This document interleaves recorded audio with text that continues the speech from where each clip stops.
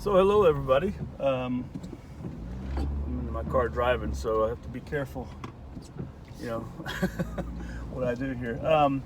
Actually, I wanted to, I looked at the video that I made yesterday, and I began talking about a subject. Let me get this straight. About depression, okay? And I made another video before about basically how I led up to it. I think that I think we all have some form of depression.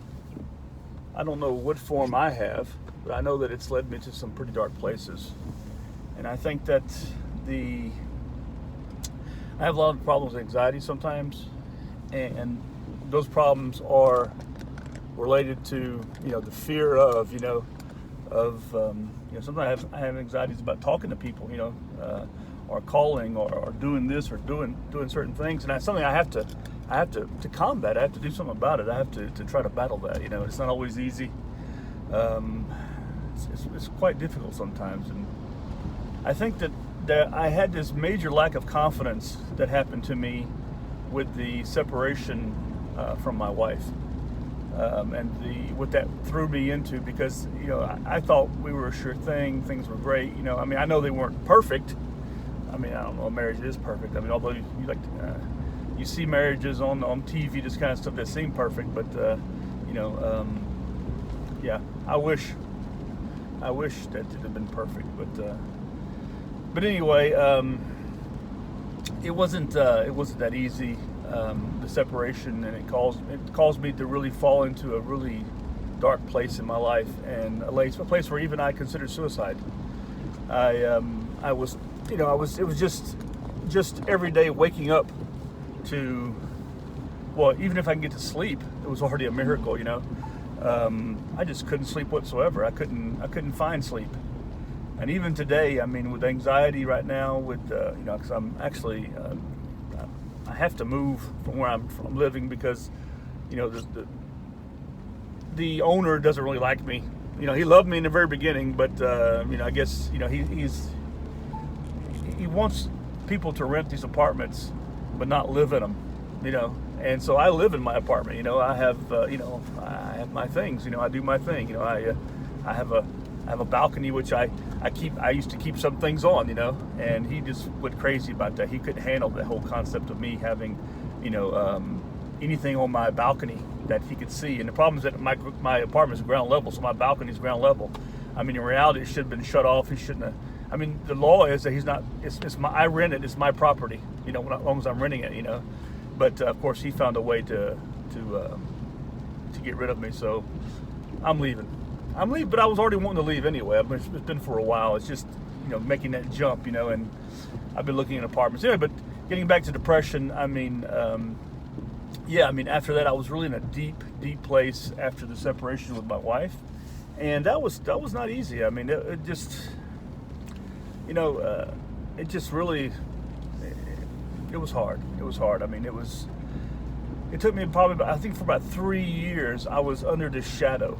And I was just, I really didn't care about myself. I just really didn't care whatsoever. I was, I lived in a tent for a while, in a camping spot. I camped out for a while. And then I had a friend of mine who lent me his house, his second house or third house. And then, I would have stayed there forever if he'd let me. But good thing he didn't. He booted me out. He said, "Listen, it's time for you to go." You got to move on with life, and it was true. I needed to move on, I needed that kick, But when you're in these dark places, you don't see that, you don't feel that, and you don't understand that. You just cannot see from all the fog, all the things that are in front of you, So one thing I can say is that there is a light at the end of the tunnel. You just got to hang in there. I don't know how long it's going to take for you to find it. It took me a while to find it. I think my mother told me, said that, for every year you're in love with somebody, it takes 3 years for you to unlove that person, And I was 20 years. I'm like, damn, that's 60 years. I don't want to wait 60 years, to unlove somebody or to not feel that, Do I still have things for my wife? I guess I do, but it's not the love it was before, and it's not the same feelings. Would I take her back tomorrow? No, but what I would do is I would talk with her about it. I would, because there are a lot of questions that I have about our relationship, because I'm someone who wants to learn. I've said this before. I want to learn from mistakes. I want to learn from things that's happened, even good or bad. I want to try to figure these things out. And with her, I would like to have some questions, But anyway, but yeah, depression is a deep place. My daughter, whom I've spoken to about already, she's studying psychology, and she tends to repeat a lot of things that I've said to her as advice. She told me, she says, write these things down, And it's something I told her. I said, write down how you're feeling. And it's something a friend of mine named Andrew told me to do, and he's a trained psychologist, and he helps veterans. He's an Englishman living in the UK now. In Canada now, and he's working on a program. He helps veterans. He has a program for helping veterans and that kind of stuff. He's a veteran himself. But it's what's been great about it is that he told me to write down, and I filled up books, just how I felt every day, just even some of them just screaming and loud and painful things that I wrote down, but now I find that actually talking about on these videos actually help a lot too. It's like getting it off your chest. And I've spoken about this so much that it's tiring. I don't like to speak about it as much anymore. But I'm thinking that if I could help somebody else who's in the same situation I was or am, then that's more the better, because we need to do what we can to help save a life, And as a veteran, as a man who's going through divorce, and someone who's alone. I don't have a woman in my life. I wish I did, because I like to be able to there's things that you need and desire, in a relationship, not just talking, but you need to be able to talk. I need to have somebody I can have a conversation with, and we can discuss things, and someone who's willing to talk about their day, and I can listen. For me, that's great. You feel you're helping them get off their chest things too, but not the drama. You don't want all the work and drama. A relationship does not, like I said before, it doesn't have to be a sweaty work. It needs to be something that's easy to move through, and that two people who respect one another and respect themselves, But and when I say respect themselves, I mean respect themselves. Someone who's not, who's not an addict, or who's not abusive or dangerous, this kind of stuff, to themselves, or respect others to other people. But yeah, like I said, I was in a very dark place. I contemplated suicide. As a matter of fact, it's still something I contemplate from time to time, because it is an option that I feel. It's not, but the thing though is that you have to stop thinking of it as it's okay to. It's like an alcoholic. An alcoholic will always be an alcoholic. Even if they stop drinking, they'll always be an alcoholic. They cannot touch alcohol again, and that's the battle. And it's the same with this. It's a battle not to just take your life. And probably the biggest champion of that battle is that I have two great kids. I have two kids whom I love and I care about and I respect, and I want to see them grow. I want to see them be successful in life, become parents, and I want to see them to do good, and I want to see these things. I was discussing this with my son last night. I was talking about legacy.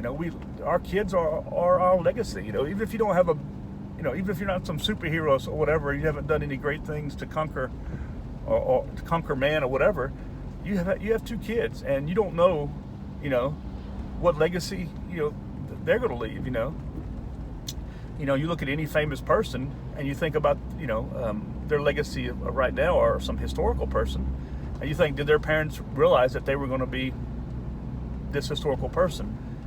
And it also goes back to what I was talking to my son about last night also, is, the legacy you leave, do you want to be a positive legacy or a negative legacy?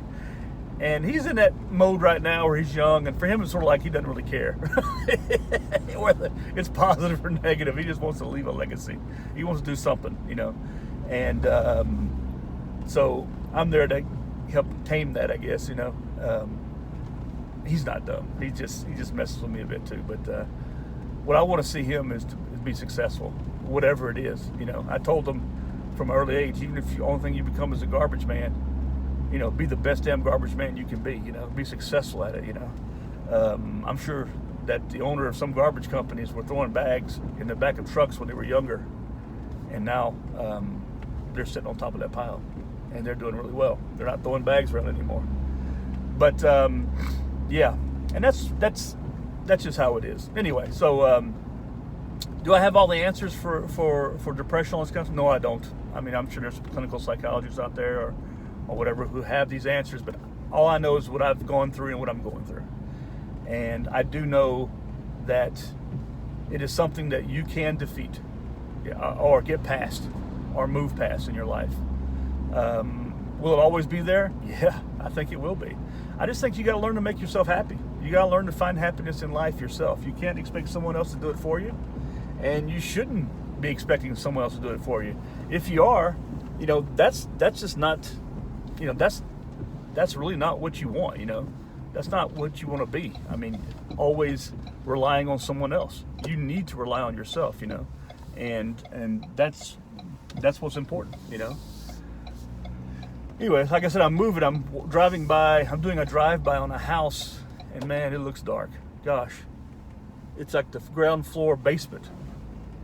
And I'm gonna come see it today, but I just don't see anything positive about it. It looks so dark. Anyway, and it's really far away from where I really want to be. You know, actually, I have some friends, and I like to stay closer to them to be able to see my friends. And although this is not that far, this is only, you know, couple of minutes, but still it's sort of out of the way, and when you're out of the way, it makes it difficult, you know. So anyway, I'm gonna turn around here, watch out for traffic, although there's not that much. There's a little bit back up here in the road, and yeah, I have to drive to Bulle today to drop off some paperwork, and yeah, that took me forever to get from my boss, as usual. You know, I mean, that's why I want to start my own business, because I just want to be, if there's a problem there, it's my fault. It's not someone else's fault. And I'm tired of having to rely on somebody else. It just gets old very quickly, you know, and I don't want to have to deal with that anymore. But anyway, getting back to the subject I'm talking about here. I think you got to find your way, and the quicker you can do it, the quicker you can. I think one of the most important things you can do is seek help psychologically, you know, with a psychiatrist or psychologist, and just pour it out. You know, I remember when the very beginning I sought help with one of the best psychologists in Geneva, and it was great, that first session with her, but it was more like a make me feel good session. I'll be honest with you, because she was giving me hope in the relationships I had with my ex-wife, telling me stuff that I wanted to hear. And really, I didn't necessarily need to hear that. I mean, I'm someone who needs the hard facts. You know, I don't like to be sugar-coated. I want to know the hard facts. I know they're going to impact me, probably in a negative way, or maybe in a positive way. I think it's tough for someone to constantly be running up against a wall, you know. But yeah, and then she and I think like a couple of days after, you know, she told me what was going on, we saw a psychologist who basically told us, you know, well, this is not going to work. You guys might as well go ahead and start moving on, you know. And because when you have one person who's doing what she was doing, you know, it doesn't matter what the other person does, you know, the other part of the relationship, you know, it's just not going to work out. So. And that was a fact. I mean, and since then, I've realized that, I mean, there are a lot of other factors involved in all that. But anyway, getting back to the depression part, seek help, find friends who are willing to listen. Don't get yourself in a situation where you're just alone, because alone means, I mean, because I know you're just. The first month after our separation, actually it took 2 weeks because for me to move out, because we went to Germany to visit her family, and sort of let them know. I mean, they already knew. I mean, but I demanded her to tell her mom and her dad to be honest with them, because that's the thing is that I'd read a book. A friend of mine gave me a book, and this book I read basically talked about, you know, the green on the other side of the pasture, all this kind of stuff, and she, this lady who gave it to me, she had dealt with this also. You know, her husband was cheating on her, and now they're completely divorced and moved on with their lives. You know, but she also retaliated with him, even though they were married. She was seeing other men, you know, and this kind of stuff. So she retaliated, but I didn't retaliate against her. Matter of fact, it took me a long time, probably 9 months, to start having a relationship, or even look at having a relationship, and I really wasn't even ready then. Matter of fact, it didn't work out because I wasn't ready for the relationship. I sort of didn't know what to do, you know, and it was a perfectly, well, beautiful woman, but not the right woman for me. And that's something I want to talk to you about a little later also, is that relationships with women and relationships with men probably too, but you know, these relationships, you know, and how. But anyway, so I wasn't really ready for it. I was still in my hole, you know, and I was still trying to get my feet under me, you know, and for a whole month I lived in this small apartment, not very far. Actually, matter of fact, 100 meters from where she and the kids were living in our apartment, our house that we owned, and she would walking the dog at night, and I'd see her out the window at a distance looking at me, you know, watching me, you know. And yeah, it took a while, you know. And then, you know, she was on vacation, so we were actually together all the time.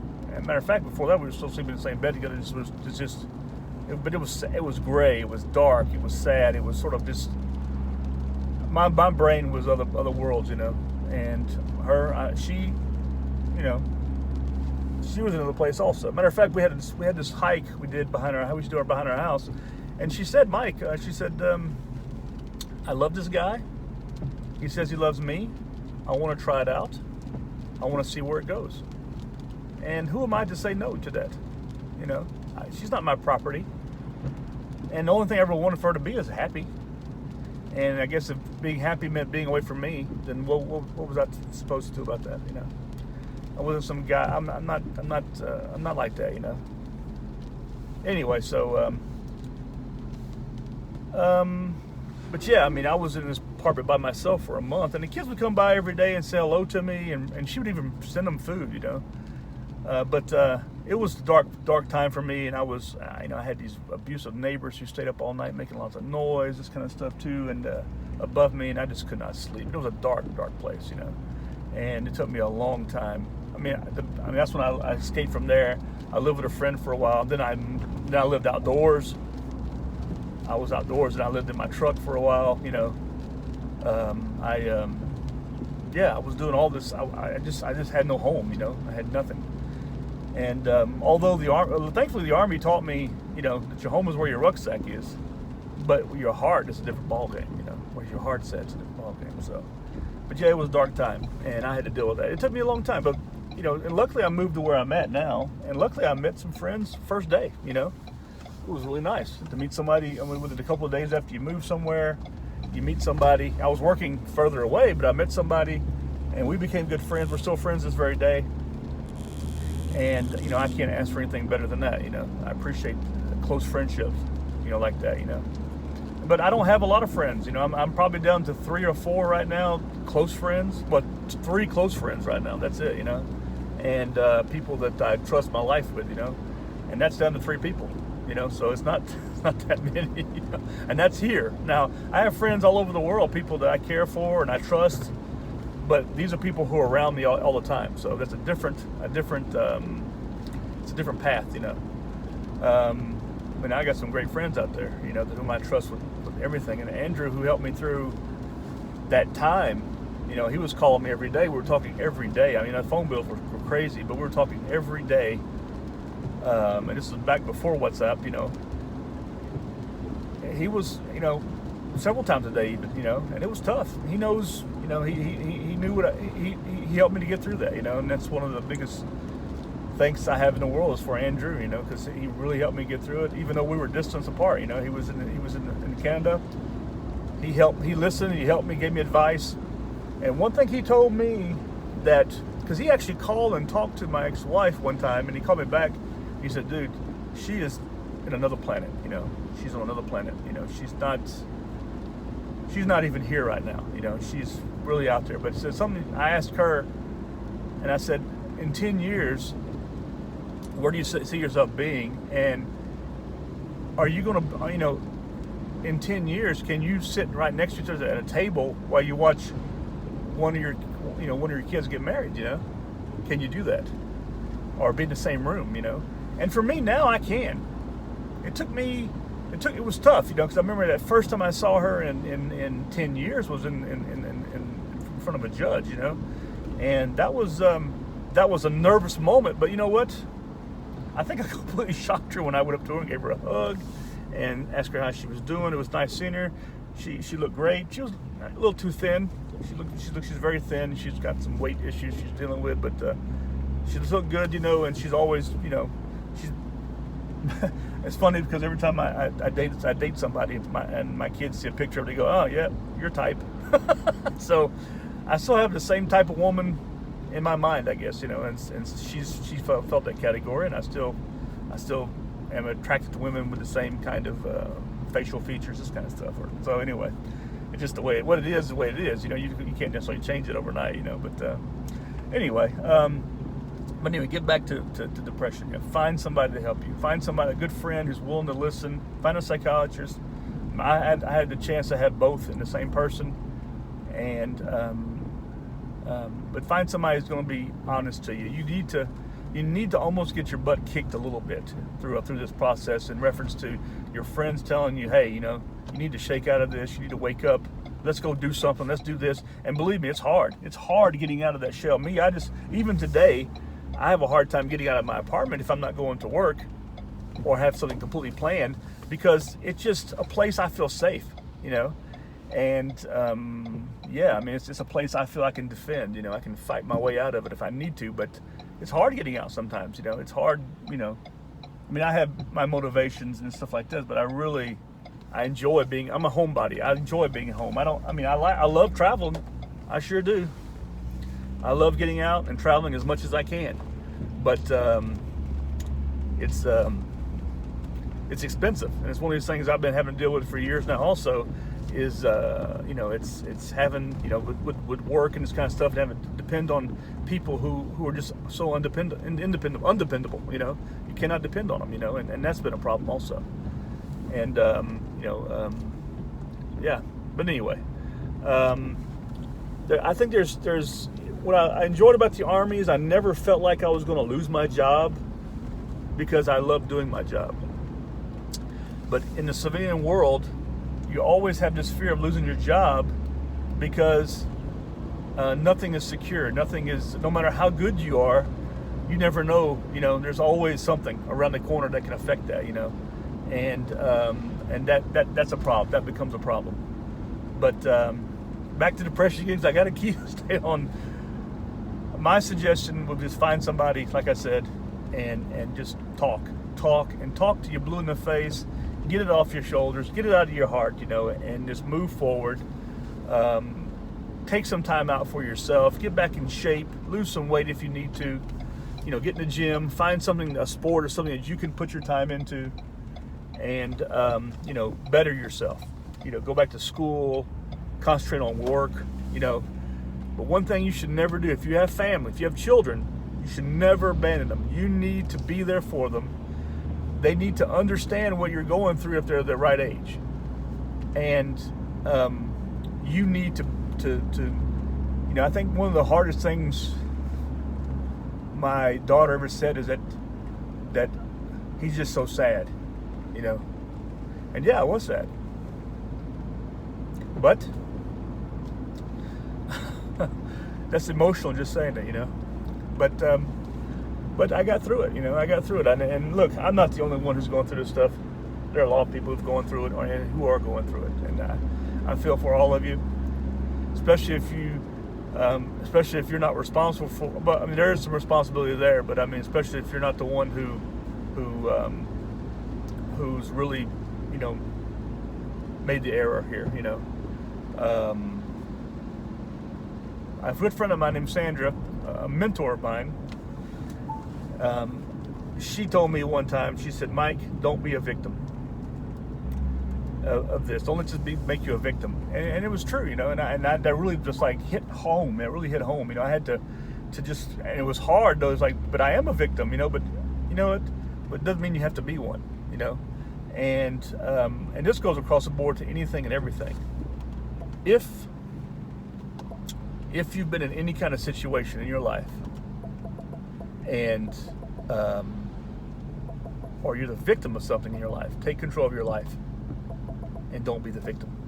Man, it's 8 degrees Celsius right now. I'm having to turn the heat up in my truck. It's cold. It's gotten chilly in here. See all the stuff in the back of my truck. I moved a bunch of stuff from my old employment that I was selling, because I have a huge collection of military surplus and military equipment I've collected over the years, over 25 years. And I'm trying to sell it. I mean, that's just stuff that's been given to me, stuff I've traded for, stuff I've even purchased. I'm just trying to get rid of it. I'm trying to get down to where, and if I open my business up and I still have all this stuff, it's going into the business to sell also. I'm gonna have a corner for this kind of stuff also. So for the moment, I have a decent stock of stuff right now. But and what I need to do is I need to develop a website and put that stuff on it in the very beginning. And I need to find out about credit card services and banking, this kind of stuff, and how I can open this up and start so I can keep separate from my private life and business life. I want to do that from the beginning with all the accounts, everything. But that's something we'll talk about later. Anyway, back to depression. Try not to be depressed. It's not the easiest thing in the world. Matter of fact, it's one of the most difficult things in the world. But talk about it, find friends, get it off your shoulders. Don't be a victim, and try to win each day. You know, try to accomplish something every day. You know, set yourself goals and try to accomplish them every day. And that's something I need to get back to, is in the fitness and gym. I'm actually a member of the gym, but I haven't been because of COVID. And I have stuff at home, but I just sort of, you know, just when stuff starts piling up against you, you just sit around there and you just want to do something that takes your mind off of it. And sadly, weightlifting doesn't take my mind off of running. Doesn't take I can't run right now because my knees are so bad right now. I need to lose more weight. But another 20 kilos, 50 pounds, what I'm looking at losing. Actually, yeah, I mean, I've lost a good bit already. I've lost since last year. I've lost 20-something kilos already. So I got another 20 kilos to lose. Yeah, I'd gotten up there. Matter of fact, my belt now, I need to put another hole in it, which is nice because it's gotten too big, which is nice. But I still got a long way to go. But it's just you know, find something that you can do that you can get your mind onto yourself and not on to that situation. You know, you can only think through it, whatever is bringing you into your depression to a certain level, you know. And if it's something you can do something about, try to do something about it, you know. I mean, if it's you know, if it's finding a job, you know, work on yourself so you can, you know, either change or do whatever, you know, do something else, or work on it to find a good job, you know. I mean, just, you know, improve yourself in that way too, you know. And if it's like a situation, I mean, I'm actually looking for a new job now, or want to start a business. But I'm looking for a new job also, because I think it'd be better that way, to have a job at the same time you're trying to open a business up. You just work a little bit more, you know, but still, there are 7 days in a week.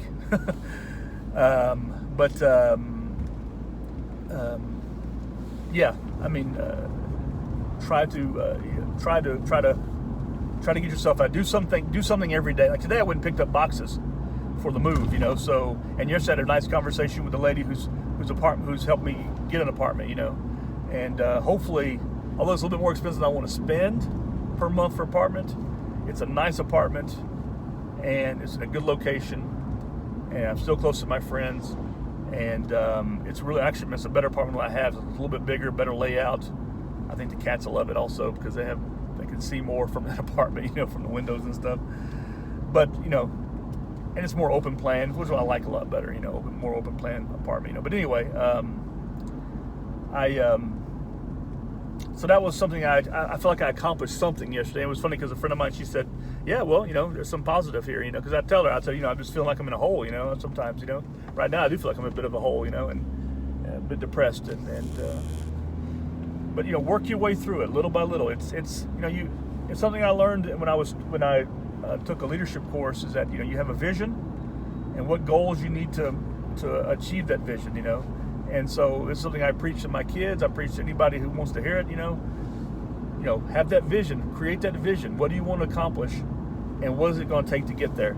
It may not be a huge vision at the moment. It may be a small vision. I have a big vision for work. I have a vision for finding an apartment right now. I have to have the vision is to find a nice apartment that's not too expensive and in a good location. I think everybody's looking for that. But also, I need to find it quickly, and then all the whole process getting moving. Oh, my aqua blue, my AdBlue. I have to put more of this. It's like this weird kind of water you got to put inside of the inside your motor. It says I still have 2,400 kilometers. I need to refill soon. What that means that the alarm's going to come on every time until I refill it. I've refilled it. I think I've had this truck for over a year now, just a little bit over a year, and I've refilled it a couple of times. When I traveled, I refilled it, and then just normal driving. I got 28,000 kilometers already on it, and that's not too bad, but it's still, still a lot of kilometers. It's a lot more than I really need to have on a truck, on my car. But anyway, back to depression. Just hang in there. Don't give up, and learn to love yourself. And believe me, you have something there to love. So I'm gonna cut this out. It's already been 31 minutes, almost 32 minutes of me blah blah blahing. And I hope that if there's anybody out there who listens to this and it's helped them, I hope it has. And please don't be shy about leaving comments or this kind of stuff on the video, because I'd be more than willing to even put you in contact with my buddy Andrew. Especially if you're a veteran. And because like I said, he can help. But anyway, you guys have a good Friday and have a good weekend, and I'll be talking to you again soon. Goodbye.